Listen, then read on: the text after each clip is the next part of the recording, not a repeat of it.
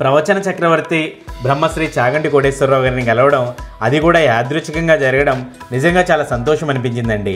అసలు ఏం జరిగిందంటే, ఓ మిత్రుడి కోరిక మేరకు కృష్ణా జిల్లా చల్లపల్లి మండలం నడకుదురులో ఉన్నటువంటి పవర్ఫుల్ శివాలయం అయిన శ్రీ పృథ్వేశ్వర స్వామి టెంపుల్ వ్లాగ్ చేయడానికి వెళ్ళాను.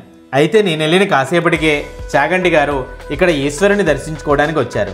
దీంతో ఆ పరమేశ్వరుడిని, ఈ సరస్వతీ పుత్రుడిని ఒకేసారి దర్శించుకున్నాను. ఇక ఈ ఆలయ విషయానికి వస్తే, శ్రీకృష్ణుడితో కలిసి సత్యభామ వారు నరకాసురుని వధించిన క్షేత్రం కాబట్టి నరకోత్తర క్షేత్రమని కాలక్రమేణా నడకుదురు అయిందని చెబుతున్నారు. ఇక్కడ పృథ్వీశ్వరుని దర్శించుకుంటే భూతగాథలు ఏమైనా ఉంటే తీరిపోతాయని, భారతదేశంలో కాశీలో తప్ప మరెక్కడా లేని దేవతా వృక్షాలైన పాటలీ వృక్షాలకు ముడుపులు కడితే పిల్లలు లేని వాళ్ళకు పిల్లలు పుడతారని నమ్మకం. ఈ ఆలయం గురించి మరింత వివరంగా తెలుసుకోవాలనుకుంటే శ్రీకాంత్ ఫుడ్ అండ్ ట్రావెల్ ఛానల్లో ఉన్న ఫుల్ వీడియో చూసేయండి.